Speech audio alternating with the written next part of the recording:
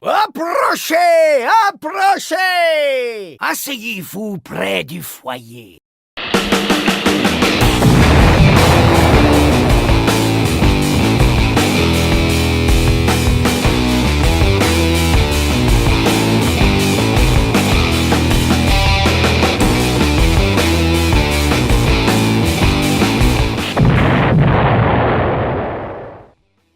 Salutations guerriers de l'espace, ici Boom Geek, et aujourd'hui on va parler de Warcraft. Yeah.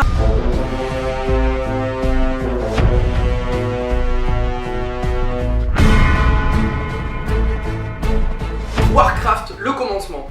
Le film qui a été réalisé par Blizzard eux-mêmes, ceux qui ont réalisé les World of Warcraft, les Warcraft, Hearthstone et Heroes of the Storm. L'histoire nous parle d'une tribu orque appelée les Loups de Givre, dont le chef de tribu se nomme Durotan.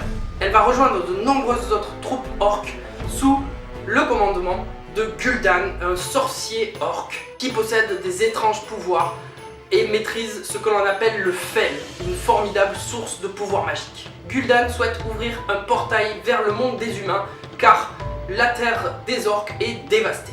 Il choisit donc de rassembler des troupes afin de pénétrer dans le monde des humains via ce portail et conquérir le monde. Du côté des humains, nous avons Sir Lothar Anduin qui est un guerrier et également le beau-frère du roi. Il défend vaillamment la capitale humaine, Hurlevent.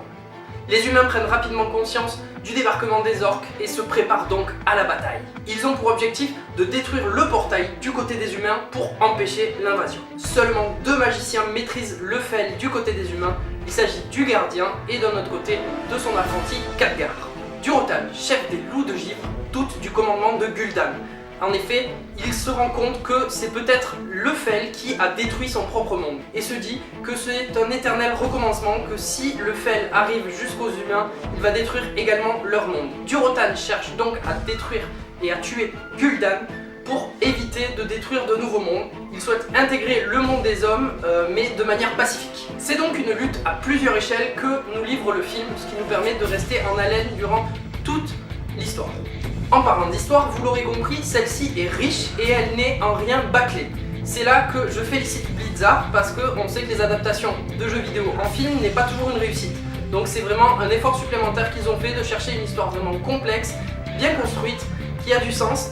Et il y a autant de place pour les combats et pour la testostérone vraiment que pour le déroulement de l'histoire. On va maintenant parler des personnages. Chacun d'eux est travaillé vraiment précisément, que ce soit du côté orc ou du côté humain. J'aime beaucoup notamment l'interprétation du héros, donc Anduin, par Travis Fimmel, le héros de Viking. Les jeux d'acteurs sont très bien interprétés et il y a un petit côté jeu vidéo qui se prête à merveille à cette ambiance médiévale et heroic fantasy. Petit fait qui m'ont marqué, le gardien ressemble fortement à Jésus. Je remercie Héloïse de m'avoir mis ça en tête. Après, on l'a en tête pendant tout le film à peu près. Les fans du jeu de cartes en ligne Hearthstone ne seront pas oubliés car on voit apparaître 2 personnages qui sont des personnages jouables dans le jeu, à savoir Gul'dan d'un côté et Anduin de l'autre. On va maintenant parler du chara-design et des effets spéciaux. Les décors et les personnages réalisés en 3D sont vraiment superbes, ils sont très fidèles à l'esprit Blizzard avec plein de références. C'est un monde très lumineux que va nous offrir Blizzard, comme nous sommes habitués dans les cinématiques des jeux comme Warcraft. Petit point qui pêche pour ma part, mais je pense que c'est une décision délibérée, on va dire, de la production, ce sont les effets spéciaux magiques. Selon moi, ils font trop jeux vidéo et nous sortent un peu de l'immersion du film en se disant « Oula, ça fait pas très réaliste », donc du coup on se dit, on perd un peu en immersion. Pas de problème au niveau musique, elle correspond bien à la thématique de Warcraft. Mais je voudrais parler un petit peu des bruitages. On entend pas mal de bruitages qui sont en référence au monde de Warcraft, mais ce qui m'a le plus choqué, c'est qu'on entend un cri qui est incontournable au cinéma, qui s'appelle le cri de Wilhelm, un nombre incalculable de fois. Ce cri donne ça. C'est un bruit très utilisé dans le cinéma pour son côté un peu humoristique, et il est utilisé un nombre de fois assez incalculable dans le film.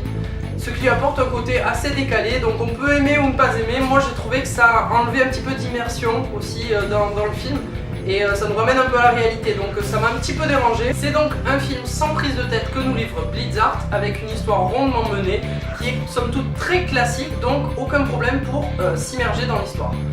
Les fans de Blizzard trouveront leur compte avec de très nombreuses références, mais un novice qui ne connaît pas l'univers de Blizzard ne sera pas pour autant dépaysé parce que c'est une histoire assez globale et assez classique.